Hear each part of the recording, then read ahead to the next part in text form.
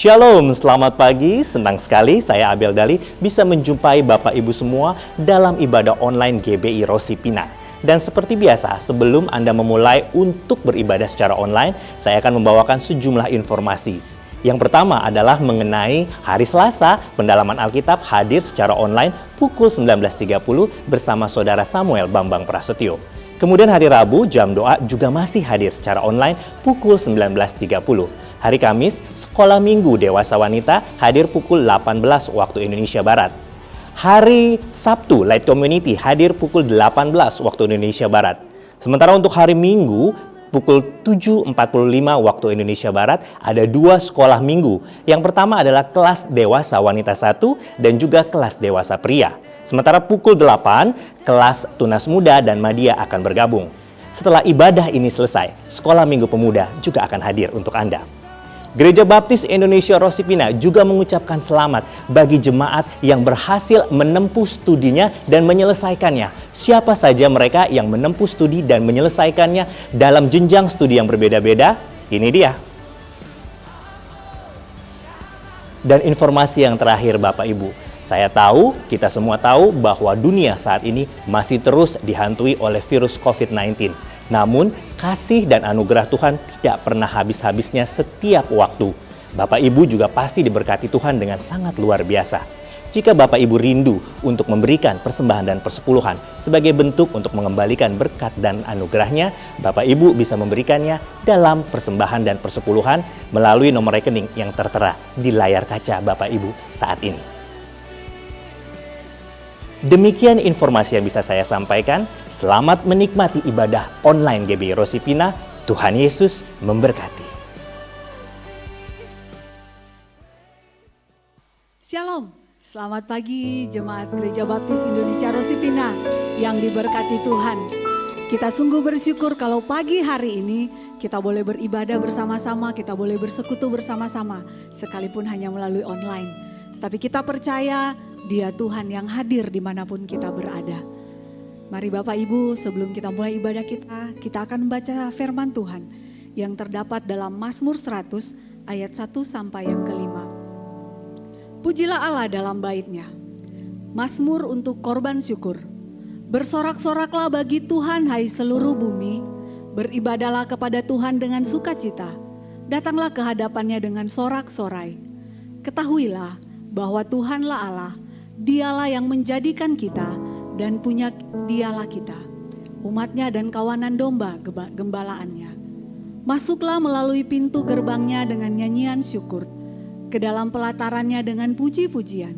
Bersyukurlah kepadanya dan pujilah namanya. Sebab Tuhan itu baik, kasih setianya untuk selama-lamanya, dan kesetiaannya tetap turun-temurun. Mari kita berdoa.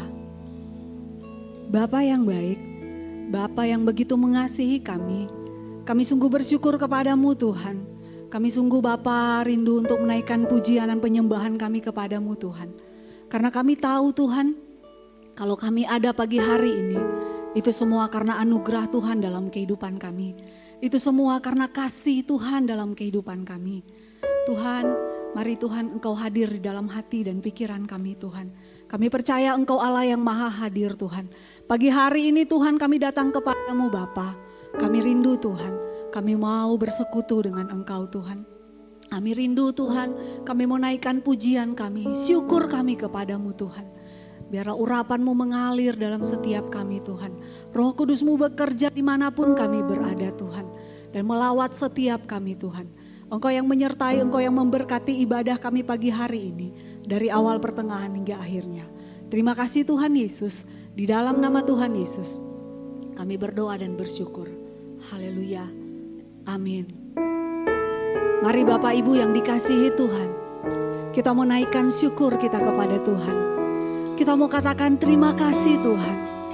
Kalau sampai hari ini aku masih ada. Itu semua karena anugerah-Mu dalam hidupku Tuhan.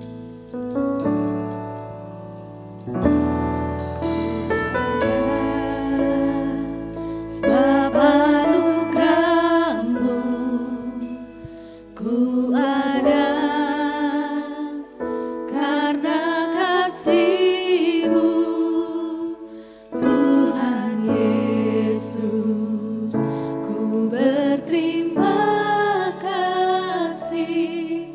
buat kasih rahmat-Mu. Ada sebab anugerah-Mu, ku ada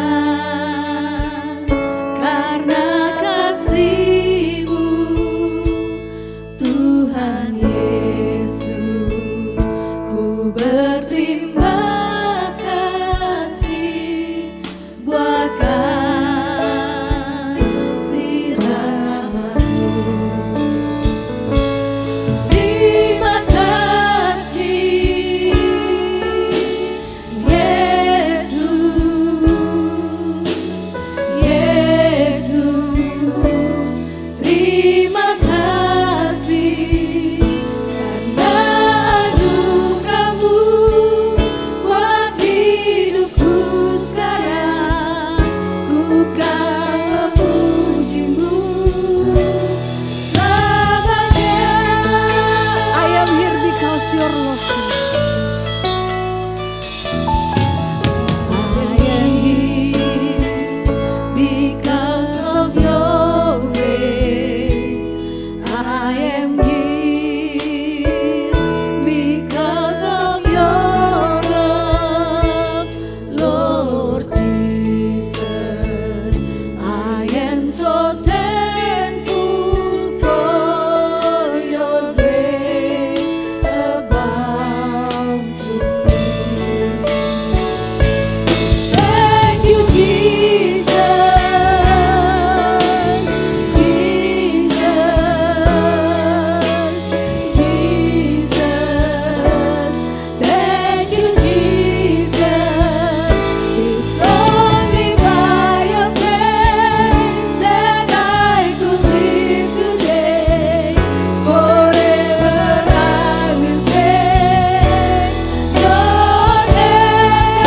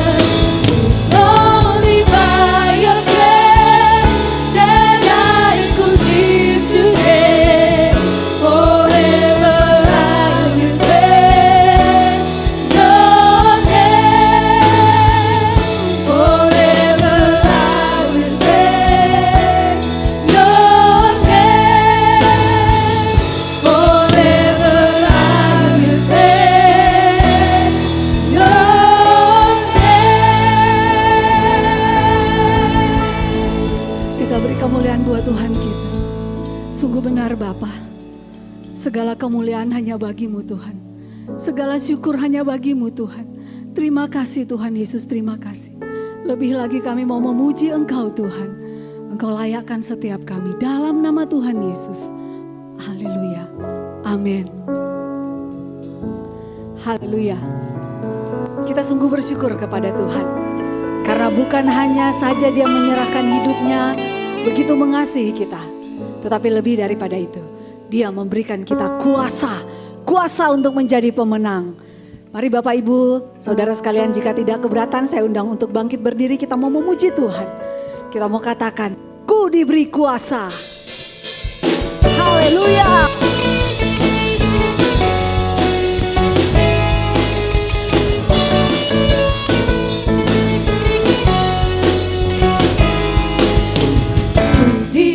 Kuasa dari Raja Mulia, menaklukkan musuh di bawah kakiku.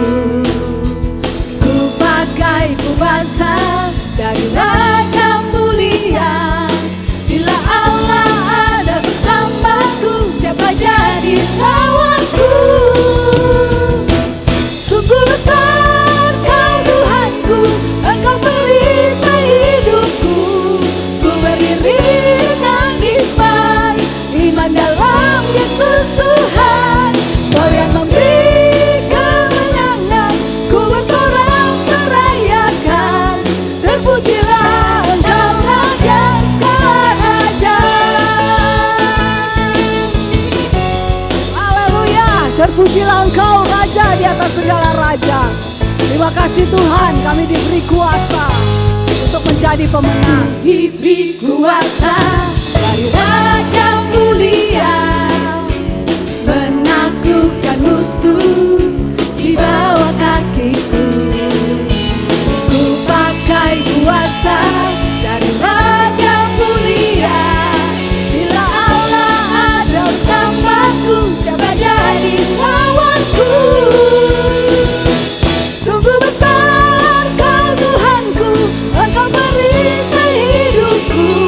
Ku berdiri dengan iman dalam Yesus Tuhan. Kau yang memberi kemenangan, ku bersorak merayakan. Terpujilah Engkau Raja segala raja. Sungguh besar Kau Tuhan, Kau Tuhanku, Engkau perisai hidupku. Ku berdiri dengan iman dalam Yesus Tuhan. Kau yang memberi kemenangan, ku bersorak merayakan. Terpujilah Engkau Raja segala raja. terpujilah Engkau. Terpujilah Engkau Raja segala raja. Terpujilah Engkau Raja segala raja. Haleluya. Engkaulah pengharapan kami Tuhan. Kami mungkin tidak bisa melihat, tetapi dengan iman kami yakin kami punya pengharapan di dalam Tuhan.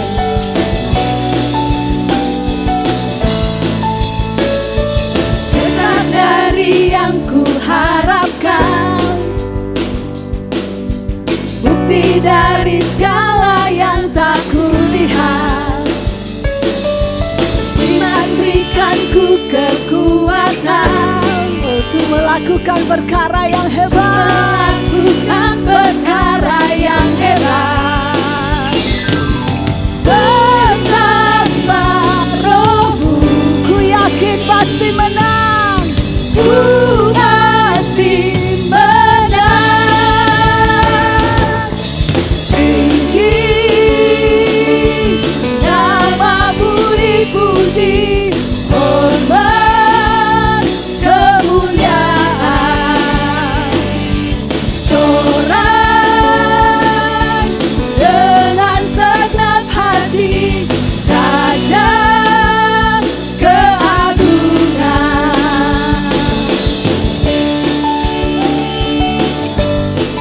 Haleluya. Amin Tuhan, Kau tak biarkan pencobaan melebihi batas kemampuan kami. melebihi batas kekuatanmu. Kau yang berikanku kemuliaan, semakin serupa dengan gambaranmu. Bertambah rohmu, ku pasti menang. Tinggi namamu dipuji, hormat kemuliaan. Sorak dengan segenap hati, Raja keagungan. Tinggi namamu dipuji, hormat kemuliaan. Kami mau bersorak. Dengan segenap hati, Raja keagungan. Tinggi namamu dipuji, hormat kemuliaan. Sorak dengan segenap hati, Raja keagungan. Raja keagungan. Raja keagungan. Haleluya. Beri kemuliaan yang meriah buat Tuhan kita Yesus Kristus. Haleluya. Haleluya. Haleluya. Silakan kembali duduk Bapak Ibu Saudara yang dikasihi Tuhan. Sungguh luar biasa Tuhan kita. Sungguh dahsyat Tuhan kita. Dan kita sungguh bangga punya Allah yang seperti Dia. Saatnya kita mau belajar tentang kebenaran firman Tuhan. Mari Bapak Ibu, kita mau dengar firman Tuhan. Firman Tuhan yang menjadi kekuatan dalam kehidupan kita. Firman Tuhan yang menguatkan kita, meneguhkan kita. Melewati hari demi hari dalam kehidupan kita. Sehingga kita dapat berkata, dengan sayap-Mu Tuhan, aku dapat terbang tinggi.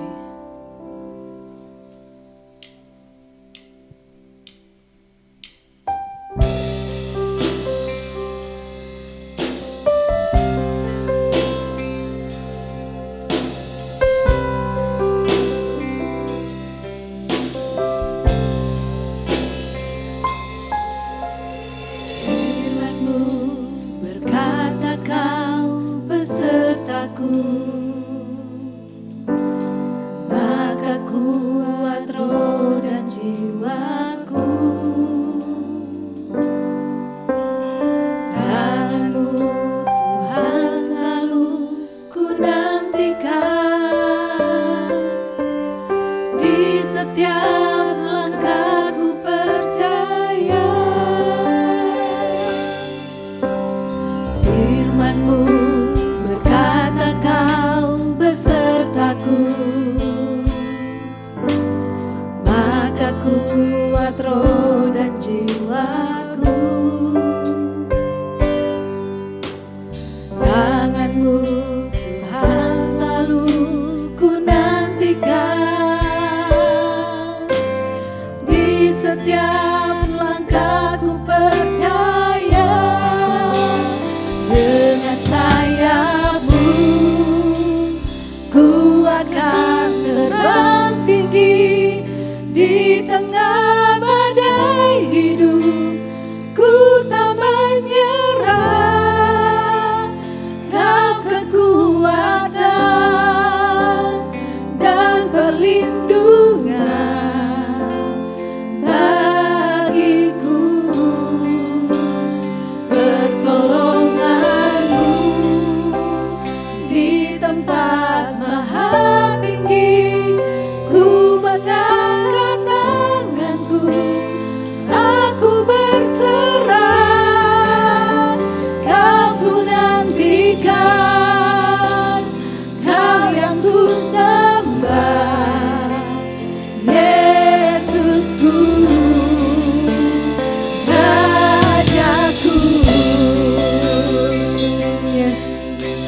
Firman-Mu berkata Engkau selalu bersama dengan kami Tuhan. Firman-Mu berkata Kau besertaku, maka kuat roh dan jiwaku. Tangan-Mu Tuhan selalu ku nantikan, di setiap langkahku percaya. Dengan sayapmu ku akan terbang tinggi di tengah badai hidup. Ku tak menyerah, Kau kekuatan dan perlindungan bagiku. Pertolongan-Mu di tempat maha tinggi. Ku mengangkat tanganku, aku berserah. Kau ku nantikan, Kau yang ku sembah, Yesusku, Rajaku. Kami percaya Tuhan, dengan sayap-Mu kami akan terbang tinggi melewati badai kehidupan ini. Sayapku ku akan terbang tinggi di tengah badai hidup. Ku tak menyerah, Kau kekuatan dan perlindungan bagiku. Pertolongan-Mu di tempat maha tinggi. Ku mengangkat tanganku, aku berserah.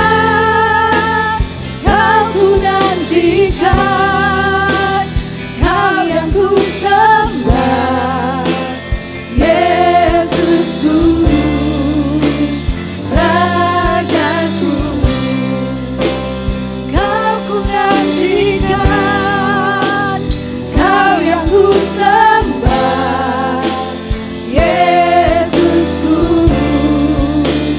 Rajaku. Kau ku nantikan, Kau ku nantikan, Kau yang ku sembah, Yesusku, Rajaku.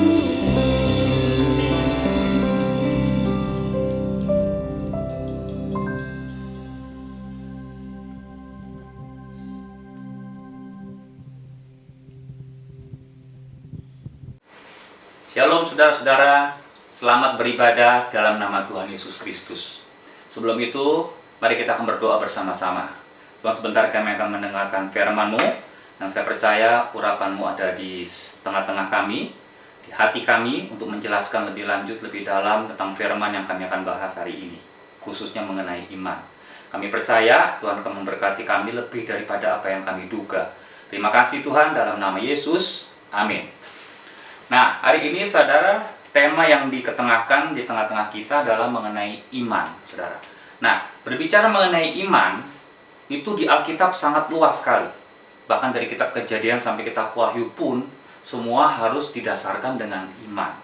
Nah, hari ini saya ingin berbicara mengenai bagaimana iman itu supaya kuat. Judul yang diketengahkan di tengah kita adalah kekuatan iman, atau iman yang sejati, iman yang hidup. Nah, lebih dulu saya ingin tanya kepada saudara, ya, siapa di antara saudara yang menonton atau yang melihat streaming ini, video ini, yang merasa atau yakin punya iman? Saudara boleh lambaikan tangan. Sayang saya nggak bisa melihat, tapi saya percaya, saya berharap saudara yang mendengar, saudara sudah punya iman semua. Ya, nah hari ini saudara, tema yang diketengahkan berkenaan dengan tema-tema beberapa minggu yang lalu, yaitu tentang iman yang mengalahkan dunia. Kalau saudara punya iman, saudara mesti pernah mengalami kemenangan atas dunia ini. Nah, pertanyaannya adalah, iman yang mengalahkan dunia, dunia yang dikalahkan itu apanya? dunia kan begitu luas, di mana kita tinggal juga namanya dunia. Nah, saya akan garis besarkan dua hal saja. Dunia itu biasanya menyodorkan dua hal kepada kita. Pertama-tama dia memberikan kesenangan dengan berbagai cara. Misalnya disodorkan atau ditawarkan mendapatkan uang dengan berbagai cara, dengan menghalalkan semua cara. Itu bagi saya godaan, ya.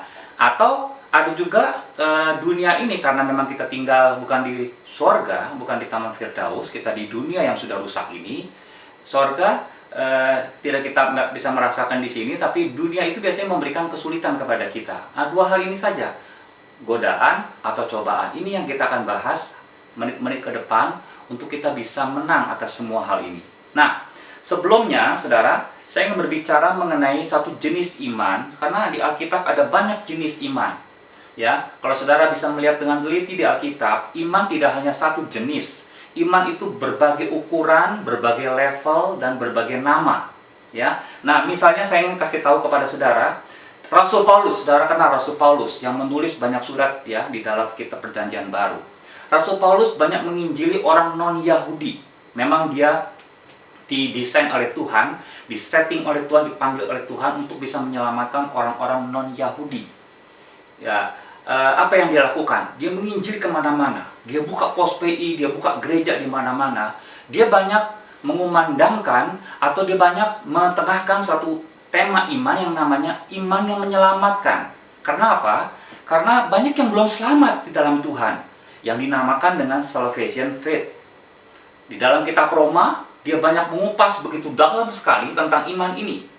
Sampai Martin Luther dia mengatakan hanya imanlah yang bisa menyelamatkan kita. Nah, itu namanya jenis iman yang menyelamatkan. Beda dengan rasul yang namanya Rasul Yohanes. Rasul yang dikatakan dijuluki dalam kitab sebagai rasul yang dikasihi oleh Tuhan. Nah, karena dia mengalami kasih yang luar biasa dari Tuhan, dialah satu-satunya rasul menurut saya yang berhasil menjelaskan bagaimana hubungan umat dengan Tuhannya yang digambarkan dengan baik sekali seperti pokok anggur. Ya, 3 surat terakhir yang dia tulis, saudara, itu banyak juga berkenaan dengan yang namanya buah iman, yang namanya kasih. Nah, sekarang kita mau bahas, dan ayat tema yang diusung di kita adalah diambil dari kitab Yakobus. Menarik tentang Yakobus, saudara-saudaranya Tuhan Yesus ini. Dia menulis surat kitab Yakobus bukan untuk orang-orang yang baru percaya kepada Tuhan Yesus, ya. Bukan orang-orang yang baru bertobat, bukan orang-orang yang baru dibaptis, ya. Ini Yakobus adalah seorang gembala sidang, beda dengan Rasul Paulus. Dia seorang gembala sidang yang harus mendewasakan, membina sidang yang ada di Yerusalem. Saudara bisa bayangkan, ketika Yerusalem baru dirintis pertama-tama di Kisah Rasul pasal yang kedua, setidaknya ada 3.000 orang jemaat mula-mula. Ketika Yakobus itu dia mengembalakan sidang, terjadi peralihan kepemimpinan di Yerusalem, pastilah sudah puluhan ribu jemaatnya. Dan ini satu beban yang cukup berat bagi Yakobus. Itulah sebabnya kitab Yakobus adalah khusus untuk pembinaan, pengembalaan orang-orang Kristen yang mau naik level di dalam kekristenannya. Nah, kitab Yakobus ini mengetengahkan banyak mengenai iman yang kadang-kadang disalah tafsirkan oleh kebanyakan orang yang dinamakan sebagai iman yang menyelamatkan. Bukan. Bahkan Martin Luther, seorang reformator juga, dia mengatakan kitab Yakobus lebih baik kita singkirkan saja karena ini berbeda temanya. Ini bukan perlu disingkirkan, tapi perlu dijelaskan lebih dalam lagi. Karena ini adalah surat penggembalaan. Nah, tema hari ini, tadi saya sudah katakan, adalah kekuatan iman atau iman yang hidup atau iman yang sejati. Nah, saya pernah satu kali saudara meliput satu artis, saudara. Ya, saya tidak sebutkan nama artis karena saya punya majalah praise, majalah musik. Artis ini punya suara yang cukup bagus. Nah, dia membuat satu album sebagai ucapan syukur dia atas kesembuhan yang dialami. Dia pernah sakit kanker katanya, kepalanya, rambutnya sudah botak, kemudian rambutnya sudah cukup bagus, orangnya cantik sekali, lalu dia membuat satu album dan dia suaranya bagus sekali. Setelah itu saya dengar, dia diundang oleh persekutuan dan gereja-gereja di Jakarta ini, cukup banyak sekali yang mengundang dia. Terjadi KKR di mana-mana dia ada, dia kesaksian begitu semangat. 6-7 bulan kemudian, saya dengar dari staf saya, orang ini, saudara, artis ini, katanya agak kecewa dengan Tuhan. Saya bilang, kenapa? Karena dia sakitnya kambuh lagi, Pak. Dengar-dengar dia tidak mau menyebut nama Tuhan Yesus. Apa dia murtad? Ya mungkin murtad atau mungkin enggak, kita tidak tahu. Tapi dia sangat kecewa sekali. Lepas dari kita menghakimi orang seperti ini, bahwa di tengah-tengah kita, dalam kehidupan sehari-hari, kita banyak menemui kasus yang mirip-mirip seperti ini. Itulah sebabnya khotbah ini begitu penting bagi orang Kristen yang mau imannya dikuatkan, imannya supaya menjadi iman yang sejati, iman yang hidup. Nah, hari ini saudara, kita akan buka dalam kitab Yakobus pasal 1, saudara, ayat yang kedua dan yang ketiga. Iman yang sejati itu, atau iman yang hidup itu, iman yang kuat itu harus melalui suatu ujian. Dikatakan dalam kitab Yakobus pasal 1, ayat yang kedua dan yang ketiga, saudara-saudaraku, anggaplah sebagai suatu kebahagiaan apabila kamu jatuh ke dalam berbagai-bagai pencobaan. Ayat 3, sebab kamu tahu bahwa ujian terhadap imanmu itu menghasilkan ketekunan.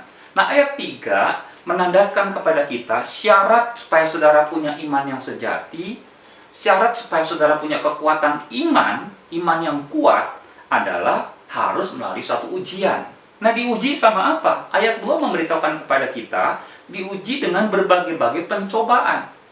Nah, saya lebih dulu menjelaskan tentang arti pencobaan atau apa jenis pencobaan. Ya, saya akan ringkas di Alkitab, saudara, ada banyak pencobaan yang disodorkan, dipaparkan, dijelaskan. Tapi saya akan ringkas pencobaan sebetulnya dibagi menjadi dua macam, saudara. Ya, pertama-tama saya katakan namanya pencobaan yang enak dan pencobaan yang tidak enak. Nah, pencobaan yang enak ini namanya juga pencobaan enak, berarti pencobaan ini rasanya enak, bukannya tidak enak. Misalnya, saudara, tadi saya sudah katakan di awal khotbah saya, ada orang disodorkan uang dengan berbagai cara. Yudas Iskariot disodorkan seperti ini. Enak gak dapat uang banyak? Enak secara daging, tapi dengan berbagai cara. Orang ini dikategorikan sebagai orang yang jatuh dalam Tuhan. Ada orang yang mau mendapatkan jabatan dengan berbagai cara juga. Ada orang yang mau mendapatkan seks juga dengan berbagai cara. Saya ingat di Alkitab ditulis Yusuf dia menang atas pencobaan yang enak ini. Yesus waktu di padang gurun dicobai juga dengan pencobaan yang enak oleh iblis. Karena apa? Karena iblis menjanjikan kepada Yesus kekayaan seluruh dunia, kemewahannya akan diberikan kepada Yesus kalau Yesus menyembah iblis. Tapi Yesus adalah orang yang hebat, memberi contoh kepada kita, dia menang atas pencobaan yang enak ini. Ada lagi yang kedua, pencobaan yang tidak enak. Nah, pencobaan yang tidak enak, namanya juga tidak enak, pasti bentuknya itu macam-macam yang tidak enak. Penderitaan, masalah, dan sebagainya. Saya akan mulai dari mana? Dari mana saja kita bisa mulai. Misalnya dari kesehatan. Saya lihat ada orang-orang tertentu, saudara, di hidup ini, dia sudah makan makanan yang organik, sudah bersih, sebelum makan dia cuci tangan lebih dulu, bahkan dia sudah berdoa lebih dulu, masih juga sakit, bahkan banyak yang meninggal gara-gara makanan. Ada orang Kristen yang sakit kemudian didoakan oleh pendeta, bukan tambah sembuh, tambah parah. Nah, ini bagi orang yang mengalaminya, saya namakan sebagai pencobaan yang tidak enak.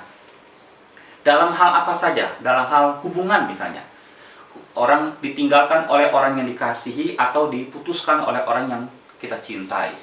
Suatu kali, saudara, pada waktu saya masih remaja, dulu saudara, katakanlah youth ya, sudah dewasa, ada seorang pemudi, ya, teman kami, saudara, datang kepada kami dan dia agak sedih mukanya.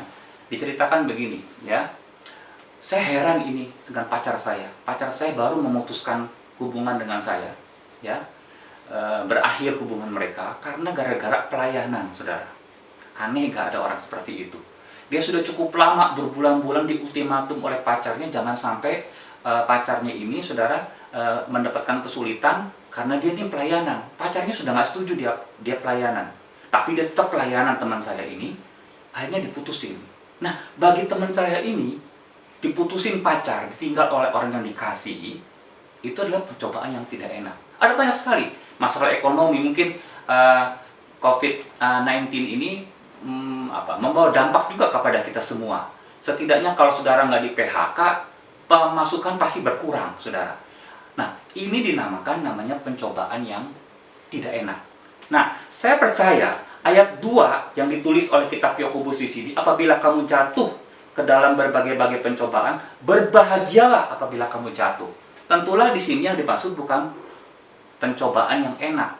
Masa Yakobus dia mengatakan, ya, anggaplah sebagai suatu kebahagiaan apabila kamu jatuh ke dalam pencobaan yang enak. Ya udah enak, ya nggak perlu bahagia lagi, memang sudah bahagia secara daging, saudara. Pastilah yang dimaksud Yakobus adalah pencobaan yang tidak enak di sini, berbagai kesulitan bentuknya.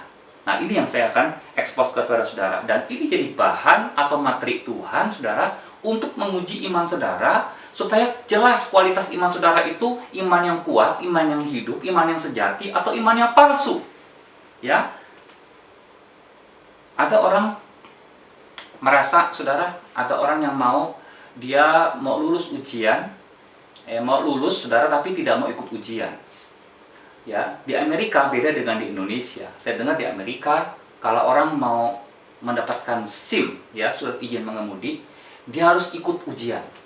Teori dan praktek harus. Kalau di sini kan bisa langsung saja dia bayar dan sebagainya. Kalau saudara sudah bisa mengemudikan mobil atau motor, nggak masalah. Tapi kalau saudara baru awal-awal mengemudikan mobil, baru belajar, mentok sono, mentok sini, kemudian saudara nembak, maka SIM itu dinamakan SIM aspal, ya, asli tapi palsu.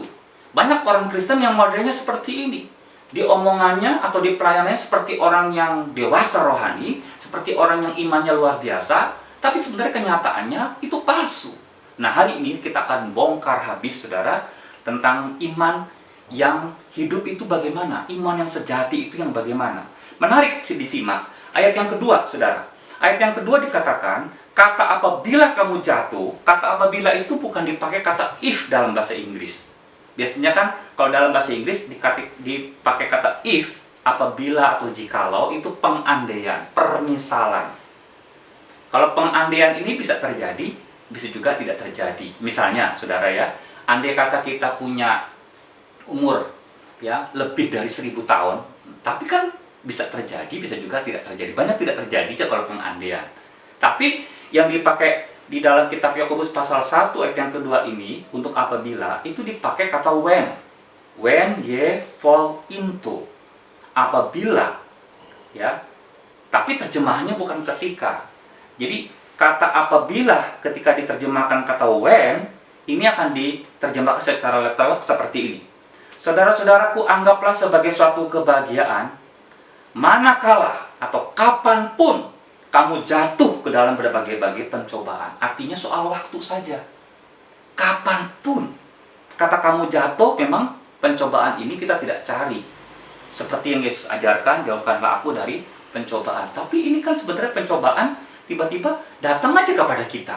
Kadang-kadang bukan hanya 1, 2. Bertubi-tubi datang kepada kita. Ingat, ketika datang pencobaan, Tuhan sedang menyediakan waktu bagi saudara dan saya untuk diuji imannya. Karena dia memberi kesempatan kepada kita untuk naik level, bertambah ukuran iman kita. Puji nama Tuhan. Mungkin di antara saudara yang berkata begini, kalau soal waktu ujian itu, kalau soal waktu pencobaan dan masalah, maka saya nggak mau jadi orang Kristen. Ini masalahnya, saudara, bukan hanya jadi orang Kristen dan tidak. Kita memang sudah hidup, ya, di dunia yang dinamakan Alkitab, di mana manusia jatuh dalam dosa. Adanya penderitaan, sakit, kematian nggak bisa kita singkirkan, saudara. Nanti di sorga tidak ada hal-hal yang saya sebutkan tadi. Kita masih hidup di dunia. Saudara nggak jadi Kristen pun, saudara kan juga mengalami berbagai kesulitan. Hanya bedanya Kristen dan yang bukan Kristen adalah di Kristen, saudara, ketemu atau diberitahu masalah itu harus keluarnya bagaimana, solusinya bagaimana. Nah, hari ini yang kita akan kupas. Nah, hal yang kedua, saudara, mengenai ujian.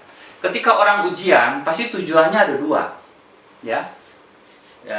Hasilnya ada 2, lulus atau tidak lulus.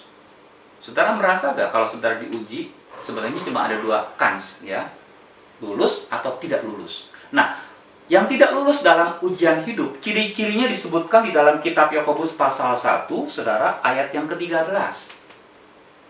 Apabila seorang dicobai, ya, janganlah ia berkata, pencobaan ini datang dari Allah. Sebab Allah tidak dapat dicobai oleh yang jahat, dan ia sendiri tidak mencobai siapapun. Ciri-ciri orang yang tidak lulus dia selalu mengeluh dan menyalahkan Tuhan. Makanya Yakobus dalam ayat yang ke-13 dia mengatakan, apabila ia seorang dicobai, janganlah ia berkata, pencobaan datangnya dari Allah. Nggak adil Allah itu. Kenapa dia kasih seperti ini? Ya, dia dikte Allah, bagaimana dia ngajarin Allah bagaimana supaya bisa mengatasi masalah ini berlalu. Ini bukannya dia datang kepada Tuhan, Tuhannya yang disuruh-suruh sama dia. Nah, ayat 13 menunjukkan kepada kita ada orang-orang tertentu, ya orang Kristen yang sudah cukup lama, ya menjadi orang Kristen yang sudah cukup pelayanan. Ada juga orang yang nggak lulus. Ciri-cirinya seperti ini. Dia selalu ngomel, menyalahkan Tuhan, seperti yang saya sebutkan contoh di awal khotbah saya itu. Nah, yang kedua, ada orang Kristen yang lulus. Berbicara lulus, saya bagi di 2 jenis, saudara. Ya, saya akan kupas sedikit di sini. Pertama-tama, orang Kristen yang lulus itu, ada orang Kristen yang lulus karena nyontek. Saudara tahu nyontek kan? Saudara pernah mengalami nyontek gak? Namanya nyontek apa? Ada soal, memerlukan jawaban. Kalau jawabannya itu dapat dari orang lain, itu namanya apa? Nyontek. Kalau jawabannya itu kita cari sendiri, apalagi jawabannya isi, kita mesti cari sendiri, maka kalimat yang kita sebutkan di situ adalah kalimat kita bukan kopas dari orang lain. Nah, artinya apa dalam kehidupan orang yang lulus tapi nyontek? Ini orang yang biasa, sedikit-sedikit dia punya masalah datang kepada pendeta. Masalahnya cuma kecil, dimusuhin sama orang saja, ya nggak diajak ngomong saja, sudah konseling sama pendeta. Boleh nggak? Boleh saja. Mungkin orang ini lulus karena pendeta akan memberitahukan jawabannya. Pendeta akan memberitahukan solusinya. Tapi coba lihat, ya beberapa waktu kemudian ketika orang ini punya masalah, apa yang terjadi? Pasti akan cari pendeta yang sama. Itu satu orang. Kalau jemaatnya ada 100 bagaimana? Kalau jemaatnya ada ribuan bagaimana? Pendetanya bisa mati muda, saudara. Saya nggak mengajarkan saudara nggak menghargai pendeta untuk minta pendapat mereka, tidak. Tapi ada kalanya, saudara, untuk meningkatkan kedewasaan saudara, ujian itu harus kita selesaikan sendiri bersama dengan Tuhan. Makanya ada jenis lulus yang kedua.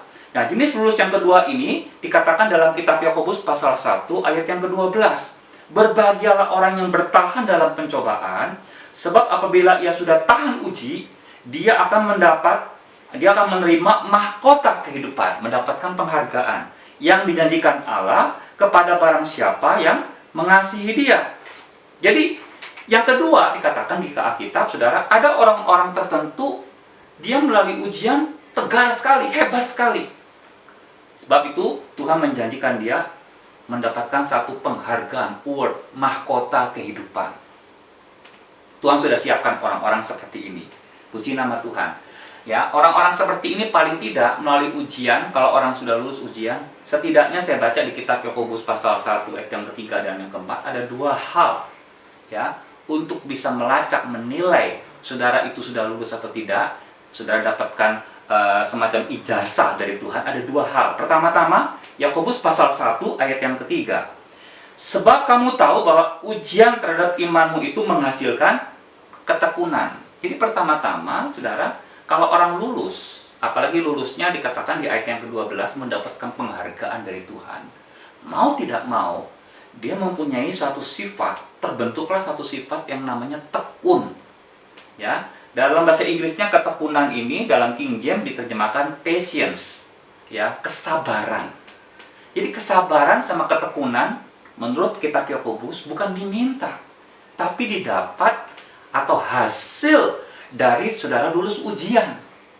Saudara jadi nggak bisa saudara minta kepada Tuhan begini ketika saudara diuji sama Tuhan, minta saya kesabaran ya. Ya caranya seperti itu. Dia kasih materi, dia kasih bahan ujian kepada saudara agar saudara tekun dan bertahan di situ. Ya.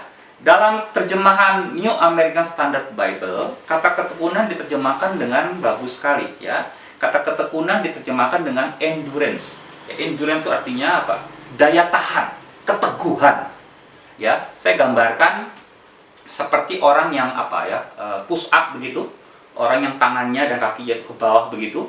Kemudian tapi push up-nya ini saudara pakai satu tangan, saudara, mungkin tangan kiri atau tangan kanan, atau dia tidak push up namanya, dia diam saja begitu, saudara. Atau orang yang angkat barbel lebih berat daripada berat badannya dengan menit yang cukup lama.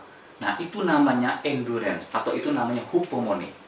Ayat 12 juga Tadi sudah kita bahas, sudah kita saya kutip, berbahagialah orang yang bertahan. Hupomone juga jadi hupomone ada banyak sekali disebutkan di dalam kitab Yakobus ini. 2 diantaranya sedang kita bahas ini. Apa arti hupomone? Secara literal, hupomone artinya bertahan untuk bertahan.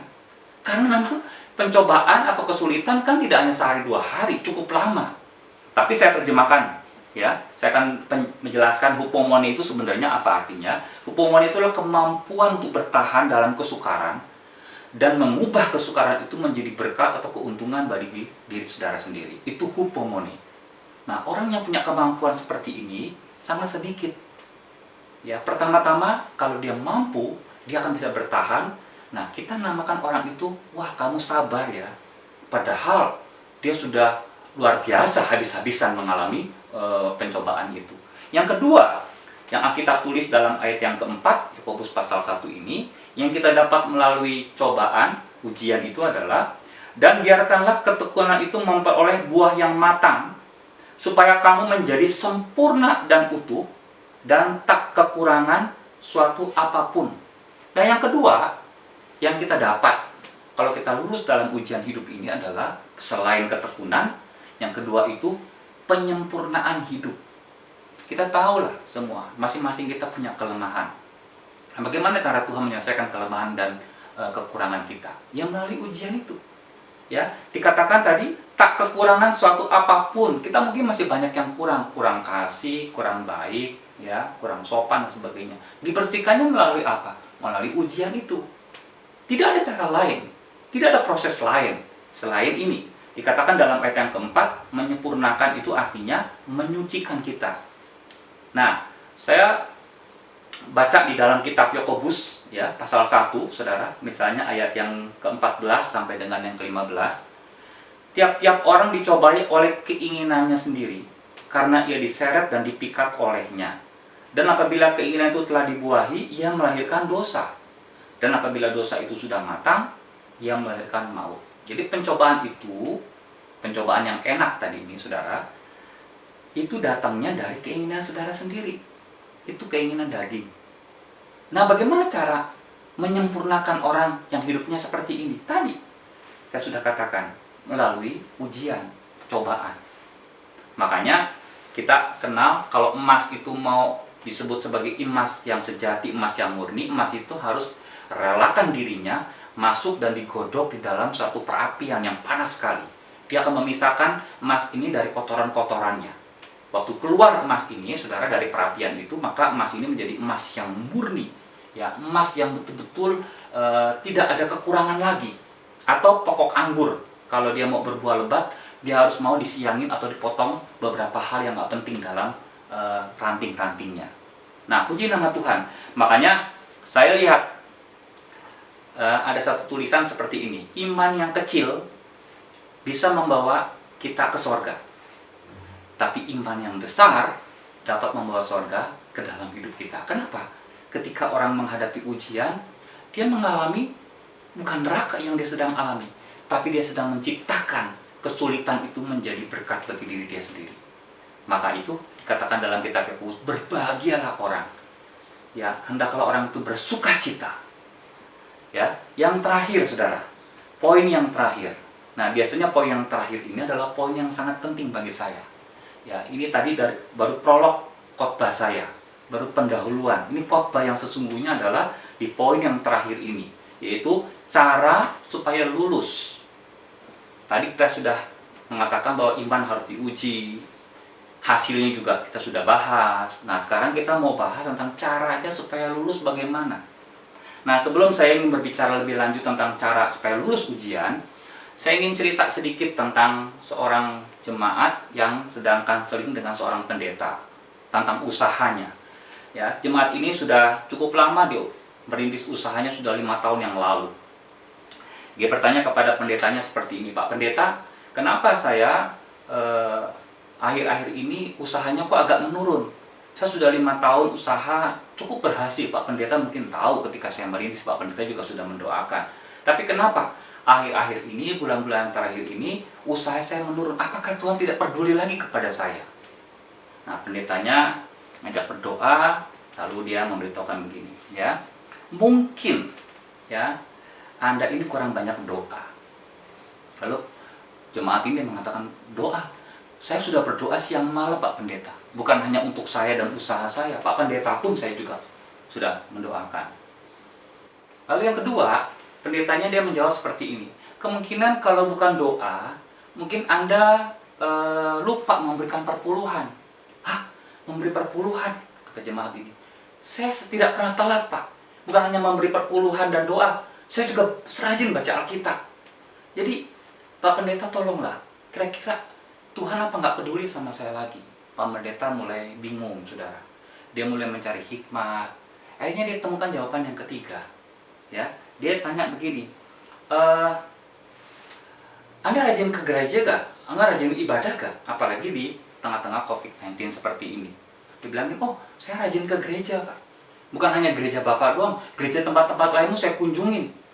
Bahkan setiap kali ada streaming, saya selalu menonton. Saya selalu melihat, saya terlibat di dalamnya. Jadi Bapak nggak usah sanksikan saya lagi, saya orang cinta Tuhan Pak. Pendetanya mulai kehabisan jawaban, saudara. Akhirnya dia terakhir dijawab begini, ya mungkin Tuhan punya rencana lain ya untuk Anda. Mungkin Anda ingin dipanggil menjadi pendeta atau full timer. Jemaatnya marah, saudara. Apakah setiap orang yang jadi pendeta itu harus bangkrut lebih dulu, saudara? Ya, jadi saya lihat di sini pendeta kadang-kadang juga kehabisan akal untuk memberikan nasihat kepada jemaatnya, karena masalah itu begitu pelik sekali, saudara.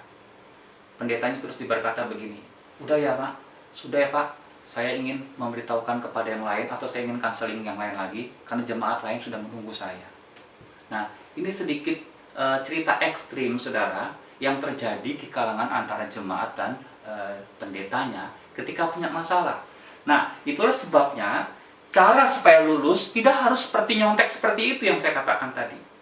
Tapi dalam kitab Yakobus pasal 1 ayat yang kelima dikatakan, tetapi apabila di antara kamu ada yang kekurangan hikmat, ya, kalau Anda merasa kekurangan hikmat, bingung memutuskan yang mana yang betul, mana yang baik, apa yang dilakukan? Hendaklah ia memintanya kepada Allah, yang memberikan kepada semua orang dengan murah hati dan dengan tidak membangkit-bangkit, maka hal itu akan diberikan kepadanya. Nah, ayat 6 sampai yang ke-8 sebagai ayat tema kita adalah sebenarnya ayat yang menjelaskan bagaimana cara minta hikmat itu sendiri di ayat yang kelima.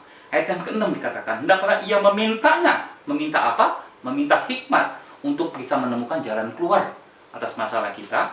Hendaklah ia memintanya dalam iman dan sama sekali jangan bimbang. Sebab orang yang bimbang sama dengan gelombang laut yang diombang-ambingkan kian kemari oleh angin. Orang yang demikian janganlah mengira bahwa ia akan menerima sesuatu dari Tuhan, sebab orang yang mendua hati tidak akan tenang dalam hidupnya. Saudara, terus terang, kalau kita punya masalah dan segala rasio sudah kita pakai untuk menyelesaikan masalah kita, kadang-kadang kalau kita minta satu pendeta atau satu orang yang kita anggap rohani minta nasihat, ya, yang kita tidak cocok dengan nasihatnya, kita berpindah lagi kepada orang yang kedua, maka nasihatnya kemungkinan bisa berbeda. Kepada orang yang ketiga, nasihatnya juga berbeda lagi. Ya, semakin banyak kita minta nasihat, semakin banyak solusi yang ditawarkan, semakin kita menjadi orang yang bingung. Dikatakan di sini seperti gelombang atau seperti orang yang diombang-ambingkan. Mana yang benar nih? Solusi yang paling bagus adalah kita minta hikmat. Ya, perhatikan. Waktu kita menghadapi masalah, Tuhan tidak hanya mengajarkan kita supaya kita menyingkirkan masalahnya. Ya, Dia menganjurkan kepada kita dalam kitab Yakobus pasal 1 ayat yang kelima agar kita yang kekurangan hikmat minta apa? Minta hikmat. Bisa orang sakit minta sembuh, bisa gak? Bisa. Minta yang pailit diberkati, bisa. Minta yang hubungan kurang bagus diberkati juga bisa. Apa saja bisa. Tapi dalam hal kitab Yakobus pasal 1 ayat yang kelima untuk pendewasaan rohani, jangan selalu apa yang kita minta itu diberikan. Sekali-sekali kita belajar berlatih di dalam menghadapi pencobaan hidup ini. Caranya bagaimana? Ya, minta kekurangan, kalau ada kekurangan hikmat, hendaklah ia memintanya. Saudara, ada statement yang cukup bagus yang saya ingin kutip, ya. Saudara mungkin pernah dengar, ada kalanya Tuhan menenangkan badai, tetapi ada kalanya Dia membiarkan badai mengamuk dan dia pun menenangkan saudara. Nah, kata menenangkan saudara itu artinya bukan yang di luar yang diselesaikan, tapi yang ada di dalam diri kita. Caranya bagaimana? Yakobus pasal 1 ayat yang kelima mengatakan, mintalah hikmat kalau ada yang kekurangan. Apa itu hikmat sebenarnya? Saya akan definisikan hikmat itu adalah sebenarnya, hikmat itu beda dengan pengetahuan ya. Pengetahuan kan kita bisa dapat dari belajar. Tapi hikmat bukan dapat dari belajar. Ya, hikmat itu adalah menggunakan pengetahuan untuk kita bisa mengatasi masalah-masalah yang kita sedang alami sesuai dengan kehendaknya Tuhan. Atau hikmat itu adalah cara pandang Tuhan yang kita dapati, saudara, atau kemampuan supaya kita bisa memandang masalah kita dari pandangannya Tuhan, supaya kita dapat menyelesaikan dari kacamata Tuhan sendiri. Makanya syarat pertama untuk kita bisa minta hikmat bukan hanya doa, tapi kita harus punya sikap, dikatakan dalam Amsal pasal 9 ayat yang ke-10. Pertama-tama orang itu harus takut akan Tuhan. Permulaan hikmat adalah takut akan Tuhan. Dalam terjemahan bahasa Indonesia sehari-hari, untuk menjadi bijaksana atau untuk mendapatkan hikmat, pertama-tama orang harus mempunyai rasa hormat dan takut kepada Tuhan. Jika engkau mengenal yang Maha Suci, engkau akan mendapatkan pengertian. Kenapa harus takut akan Tuhan lebih dulu? Karena penyelesaian masalah yang terbaik dalam hidup saudara itu belum tentu juga benar. Nah, hikmat itu akan menyelesaikan masalah saudara dari kacamata Tuhan. Ini hanya dimiliki oleh orang-orang yang percaya, yang punya Tuhan yang luar biasa. Saudara dan saya punya kans untuk bisa menang atas pencobaan karena kita punya Allah yang luar biasa. Apalagi dia berjanji dalam kitab Yakobus, barang siapa yang minta, dia akan diberikan, dikabulkan. Dia tidak membangkitkan karena itu kebutuhan kita pada saat kita dicobai. Saudara, saya ingin memberikan beberapa contoh ya supaya real dalam hidup kita. Saya ingin memberi contoh misalnya siapa ya? Dalam Perjanjian Lama misalnya Yusuf. Yusuf adalah satu orang yang saya lihat kisahnya sungguh menyedihkan. Dia tidak salah apa-apa, lantaran dia sangat dicintai oleh papanya, saudara, dia dimusuhi atau saudara-saudaranya iri hati, kemudian dimusuhi oleh saudara-saudaranya. Kemudian dia dijual. Bahkan pertama-tama banyak mengusulkan dia dibunuh saja, dibuang ke sumur, nggak jadi, saudara. Lalu dia dijual ke orang Arab. Lalu dia sampai di Mesir, ya. Saudara juga tidak mau tahu apakah dia mati, apakah dia disiksa, tidak mau tahu. Yang penting dia dihilangkan dari keluarganya itu. Ini kan bukannya acting, saudara. Ini benar-benaran terjadi dan ini benar-benaran ekspresi kebencian saudara-saudaranya. Tapi apa yang terjadi?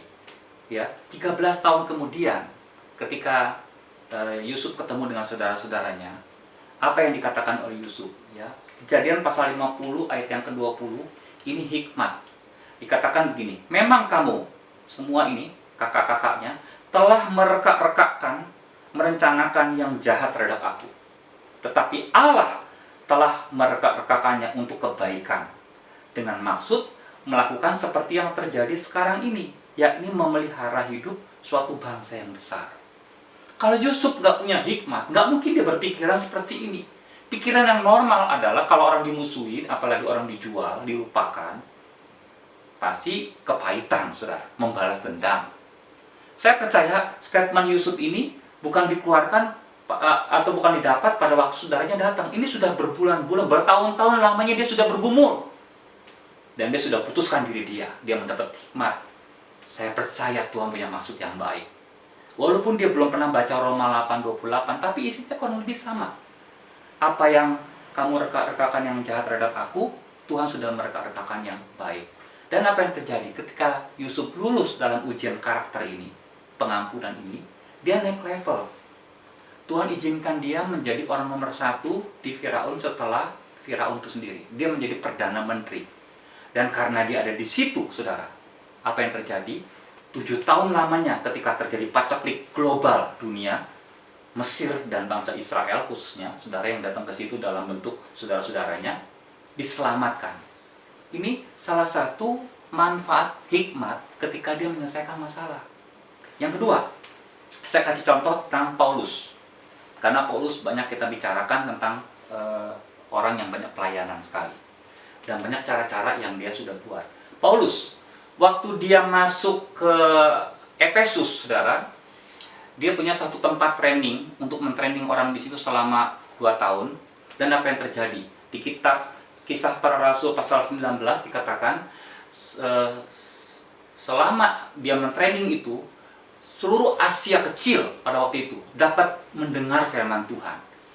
Dia bisa memenangkan Asia kecil dalam waktu yang singkat sekali. Kenapa? Ada banyak hal yang dia lakukan. Nah, di antaranya ayat 12 Kisah Rasul pasal 19 dikatakan, ada orang yang sakit, ada orang yang kerasukan setan datang kepada dia mungkin sedang repot. Dia berkata begini, saya punya sapu tangan. Ya, saya punya sapu tangan di sini ya. Nah, sapu tangannya seperti inilah. Ya, sapu tangannya ini, saudara, atau satu lap selendangnya ini, saudara, dia doakan lebih dulu, diurapi lebih dulu. Terus dia berkata kepada orang yang datang, coba kamu kasih sapu tangan ini kepada orang yang sakit. Tumpangkan tangan. Ya, tumpangkan sapu tangan ini kepada orang yang sakit. Dan apa yang terjadi? Kisah Rasul pasal yang 19 ayat yang ke-12 mengatakan, orang sakit sembuh. Dia nggak perlu datang, dia hanya perlu mengirimkan sapu tangan. Tapi yang kedua, saya lihat kepada anak didiknya yang namanya Timotius, ketika Timotius dia mengeluh sakit pencernaan, saudara, sakit perut, ya, lambungnya. Lalu Paulus, saya lihat di Alkitab nggak pernah dia berdoa untuk Timotius. Bukannya dia tidak mau berdoa. Hikmat bagi Tuhan, hikmat yang Tuhan kasih kepada Paulus untuk menyelesaikan masalah Timotius beda dengan orang-orang di Efesus. Dia tidak memberikan juga sapu tangan yang pernah diberikan di Efesus kepada Timotius. Dia anjurkan Timotius seperti ini secara natural. Hendaklah engkau meminum anggur sedikit karena pencernaanmu bermasalah. Dan konon ceritanya, saudara, Timotius mungkin sampai akhir hidupnya dia minum anggur sedikit karena dia tahu diri, saudara, dia punya satu penyakit yang sulit sembuh. Bukan Tuhan tidak mau sembuhkan, tapi cara Tuhan berbeda dalam menyembuhkan penyakitnya Timotius. Nah, berbeda sekali dengan yang dialami oleh Paulus. Ya, ceritanya, saudara, Paulus ini sampai sekarang belum ada teolog yang bisa mengorek ini, tapi saya percaya dia punya satu penyakit atau satu kelemahan yang diistilahkan iblis yang menggocok dia, atau diistilahkan duri dalam daging. Dia katakan dalam 2 Korintus pasal yang ke-12 ayat yang ke-8 dan yang ke-9, tentang hal itu aku sudah 3 kali berseru kepada Tuhan supaya utusan iblis itu mundur daripadaku. Tetapi jawab Tuhan kepadaku, cukuplah kasih karuniaku bagimu. Tuhan menjawab apa? No. Boro-boro dia pakai sapu tangan untuk mendoakan diri dia sendiri. Ya, tidak ada jalan keluar. Tuhan tetapkan, udah, kamu tetap ya ada duri dalam daging selama hidup kamu. Apa yang terjadi? Paulus bisa saja mengeluh, tapi apa yang dilakukan oleh Paulus? Dia berdoa kepada Tuhan minta hikmat. Nah, hikmat ini berfungsi di sini. Kemampuan untuk bisa melihat masalah dari kacamata Tuhan dan menyelesaikan sesuai dengan apa maunya.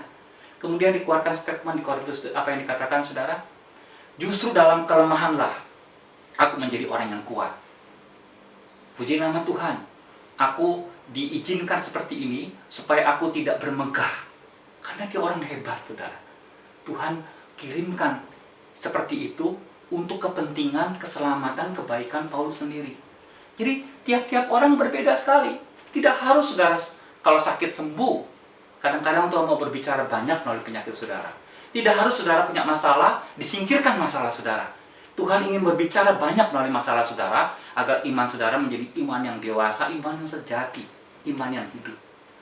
Nah, di akhir khotbah saya, saudara, saya ingin mengutip dari seorang misionari. Seorang misionari dia tulis satu buku, saudara, ketika dia menggambarkan masalah itu seperti gunung, dia katakan seperti ini. Ya, kalau saya ketemu dengan satu gunung dalam hidup saya, dalam perjalanan saya menjadi seorang misionari, maka jika Tuhan tidak izinkan dan tidak ngomong apa-apa supaya saya memindahkan gunung ini ke tempat yang lain untuk saya bisa berjalan di jalan yang Tuhan tetapkan, maka apa yang dilakukan? Maka saya akan mencari cara, ya, mencari jalan ke atas gunung ini. Barangkali ada jalan yang sudah pernah ditapaki sama orang, ya, untuk melewati gunung ini. Tapi setelah saya mencari berhari-hari tidak ketemu dengan jalan di gunung ini, maka kalau perlu gunung ini saya akan gali, saya akan buat jalan baru, saya akan lobangi gunung ini, saya akan bongkar gunung ini, saya akan belah gunung ini, sehingga saya mendapatkan jalan yang baru melewati gunung ini. Saudara, apa artinya? Saya ingin katakan di akhir khotbah saya, sudah saatnya orang Kristen tidak hanya nyaman di iman yang memindahkan gunung. Kalau saudara punya masalah tiba-tiba, ya, saudara berdoa kepada Tuhan supaya saudara disingkirkan masalah. Tidak hanya seperti itu penyelesaiannya. Ya, level berikutnya adalah agar saudara punya hikmat, agar saudara punya ketabahan, kesabaran, penyempurnaan hidup. Saudara harus melalui satu iman yang luar biasa. Ya, dikatakan memang iman yang memindahkan gunung itu besarnya sebesar biji sawi kecil. Saya katakan iman yang kecil. Sudah waktunya orang Kristen harus berpindah dari iman yang memindahkan gunung kepada iman yang membelah gunung. Saya percaya hari-hari terakhir ini itu akan melawat kita. Dia akan membantu kita menjadi orang-orang Kristen yang naik level di atas orang-orang Kristen yang biasa saja. Mari sama-sama kita berdoa, saudara. Tuhan, terima kasih untuk kesempatan kami boleh mendengar, bisa melihat macam apa yang kami miliki tentang iman itu. Terima kasih untuk kesempatan kami boleh melalui berbagai cobaan masalah yang menyempurnakan iman kami, yang membuat iman kami berkualitas. Terima kasih Tuhan untuk segala sesuatu yang Kau izinkan dalam hidup kami. Kami percaya kekuatan iman kami berasal daripada Tuhan saja. Dan kami percaya kami akan didewasakan, bukan karena kami menjadi orang yang tercipta dewasa, tapi kami melalui proses oleh Tuhan menjadi orang yang dewasa, matang di hadapan Tuhan. Terpujilah nama Tuhan, dalam nama Tuhan Yesus Kristus. Amin.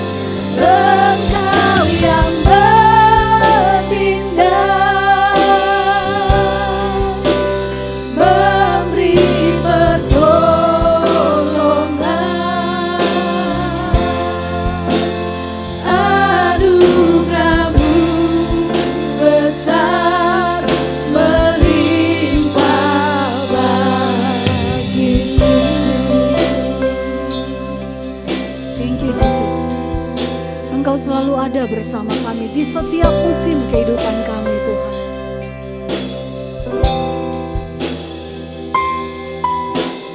Engkau ada bersamaku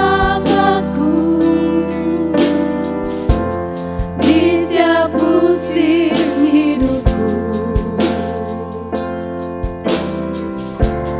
Tak pernah kau biarkan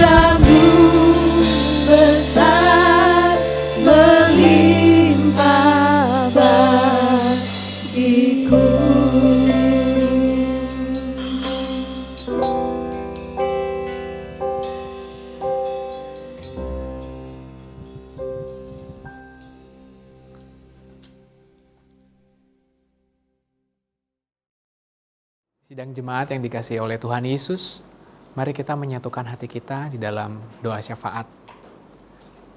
Bapa di dalam surga, kami sungguh mengucap syukur kepadamu kalau pada pagi hari ini Tuhan sudah menyertai ibadah kami dari awal hingga akhirnya. Dan di akhir ibadah ini ya Bapa, kami mau menyatukan hati kami mau berdoa syafaat, kami mau berdoa bagi bangsa dan negara kami. Tuhan, terima kasih untuk bangsa Indonesia, terima kasih untuk segala sesuatu yang Tuhan izinkan terjadi bagi bangsa ini. Kami membawa di dalam doa secara khusus untuk kondisi bangsa ini dalam menghadapi virus COVID-19. Tuhan, kami minta belas kasihan-Mu. Secara khusus kami berdoa untuk aspek perekonomian di bangsa ini. Tuhan, kami tahu ketika bangsa ini sebagian besar melakukan PSBB, rangka perekonomian pun sedikit tersendat. Biarlah ya Bapa, di dalam situasi seperti ini kami berdoa agar Tuhan sendiri menolong secara khusus sektor perekonomian di bangsa ini. Biarlah pelaku-pelaku bisnis juga boleh diberikan kekuatan, kemampuan untuk menghadapi situasi ini. Dan kami berdoa biar problem ini bisa cepat selesai dan COVID-19 ini juga kami bisa lewati bersama-sama sehingga sektor perekonomian di bangsa ini boleh kembali pulih ya Tuhan. Terima kasih, kami berdoa untuk semua masyarakat Indonesia dimanapun mereka berada yang menghadapi COVID-19. Biar Tuhan sendiri menjamah mereka, memberikan pencerahan, membukakan mata hati mereka untuk mereka melihat akan pentingnya untuk bisa menjaga jarak. Dan Tuhan tolong untuk kami semua, anak-anak-Mu juga mengambil bagian di dalam protokol kesehatan yang sudah ditetapkan oleh pemerintah.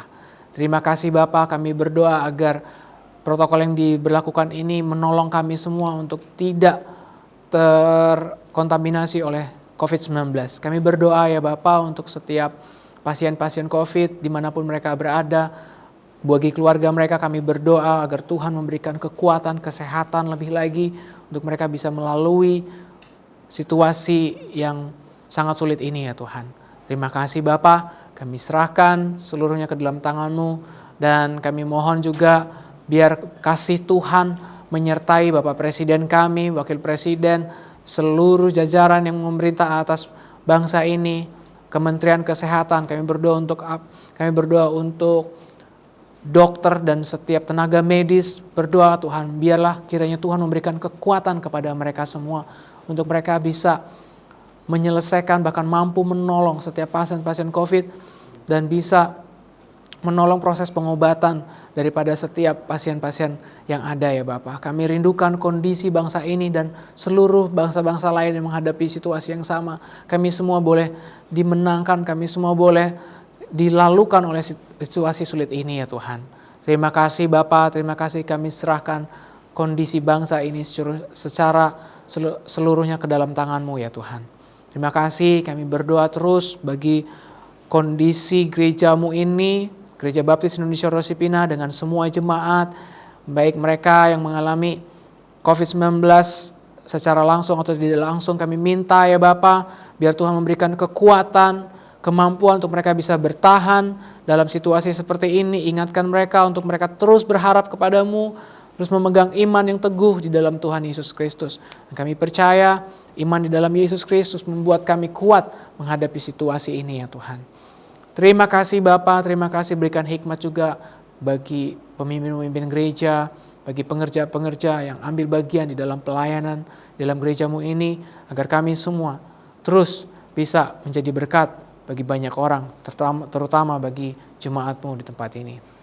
Kami berdoa ya Bapa, mau serahkan seluruh pokok doa ini ke dalam tangan-Mu, dan kami percaya, kami siap, kami kuat di dalam Tuhan, kami menang bersama Tuhan.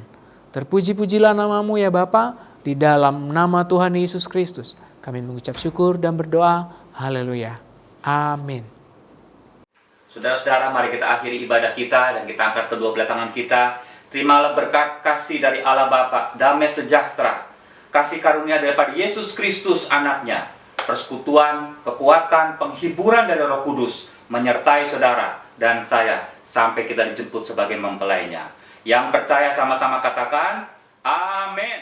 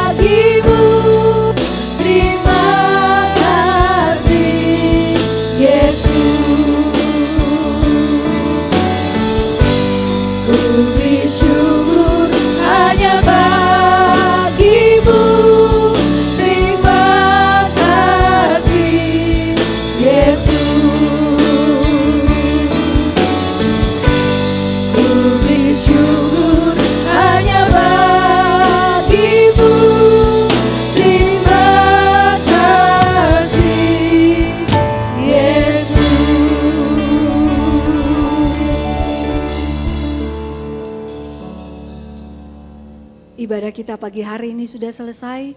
Tuhan Yesus memberkati kita semua. Amin.